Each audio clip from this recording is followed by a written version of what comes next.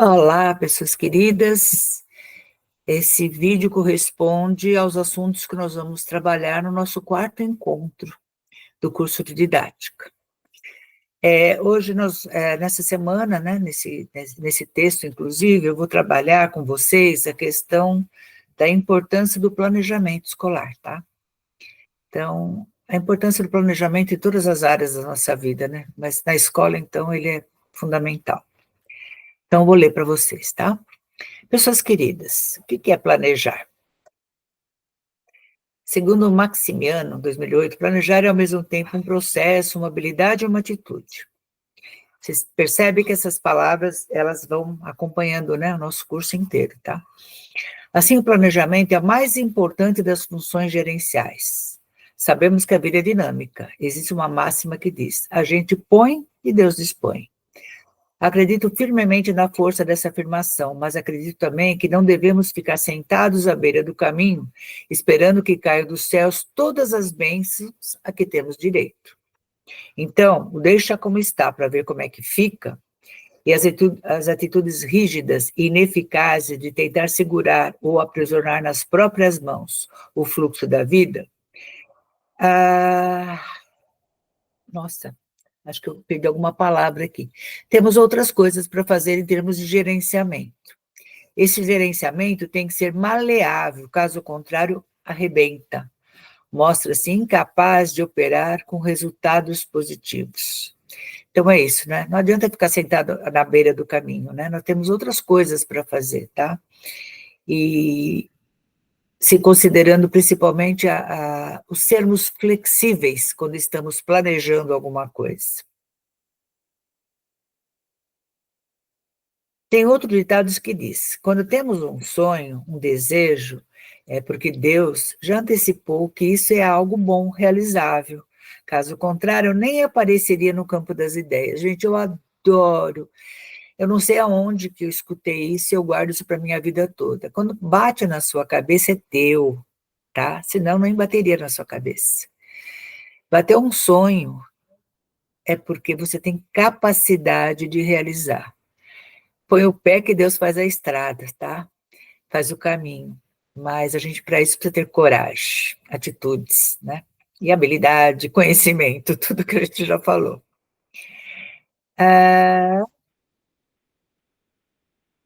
Colocando os pés no chão, penso que nada neste universo existe em termos de conquistas humanas sem que antes tenha sido plasmado justamente no campo das ideias. Mas ideias não sairão do papel ou das nossas cabeças se não forem transformadas em metas, e para alcançarmos metas é muito mais seguro nos basearmos em atitudes que outros já tomaram antes de nós, abrindo caminhos, desenhando rotas possíveis. Essas rotas, esses caminhos, são os planejamentos. Tudo que é bem planejado tende a se materializar com sucesso. Um bom planejamento envolve disciplina, organização, emprego do raciocínio lógico, clareza dos fins a que se destina, tempos e etapas que deverão ser respeitadas, e uma coisa muito importante que faz uma grande diferença é a avaliação durante o processo. Muitas vezes uma ideia acaba morrendo antes de nascer para a realidade, porque ninguém se deu ao trabalho de ir analisando passo a passo a relação causa e efeito durante o processo. Existe uma palavra difícil: serendipidade, que é o resultado, surpresa positiva de quando alguma coisa inesperada brota de um pequeno erro de um planejamento. Muitas invenções existem por conta dessas descobertas por acaso, mas também muitos empreendimentos dão com os burros na água exatamente por erros de planejamento.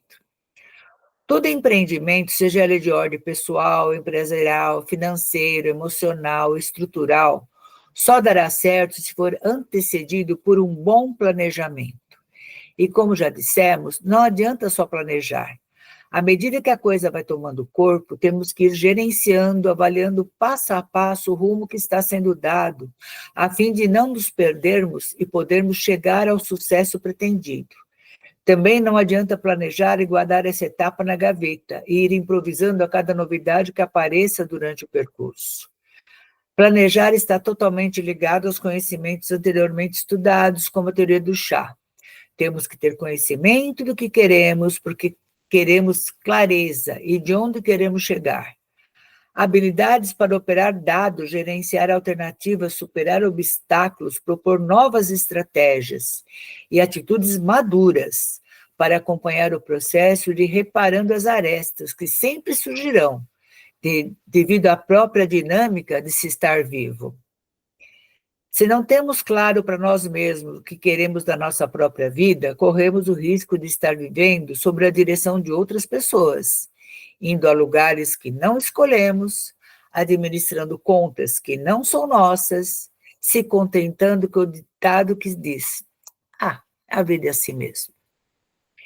Se assumirmos nossa responsabilidade pelo gerenciamento do nosso destino, aprendendo a ouvir os sinais da vida, respeitando-os, certamente conseguiremos um nível mais saudável de convivência conosco e com os outros. Se tudo isso é importante no sentido da nossa vida, vamos avaliar o quanto essa questão de se planejar é extremamente importante quando o foco é planejamento de ensino e planejamento de aulas. Fazem parte da rotina escolar as semanas de planejamento. Todos os anos elas acontecem em todas as escolas, públicas ou particulares. Muitas horas são investidas em palestras, reuniões, até que as decisões passem a fazer parte do documento impresso oficial chamado Planejamento Escolar, que fará parte da rotina escolar daquele ano. Fará? Nem sempre.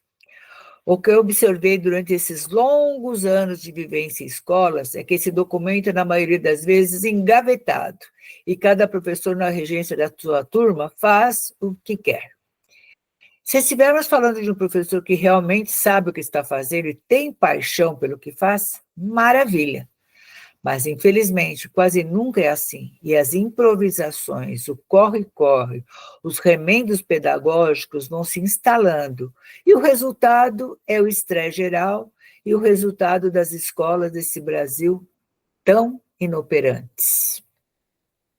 Nosso curso fala de didática, e uma boa didática passa sempre por um bom planejamento. Não basta pensar planejamento só como um rol de atividades que farão com que os alunos se mantenham ocupados. Precisamos mapear nosso pedaço. Para planejar, temos que conhecer nosso aluno, saber quem ele é, como ele está e aonde ele pode chegar.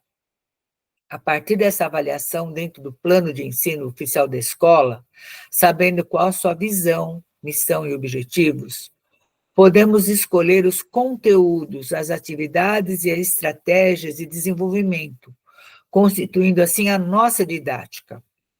Não esquecendo de planejar também prazos reais para a finalização e da avaliação constante durante e após cada finalização.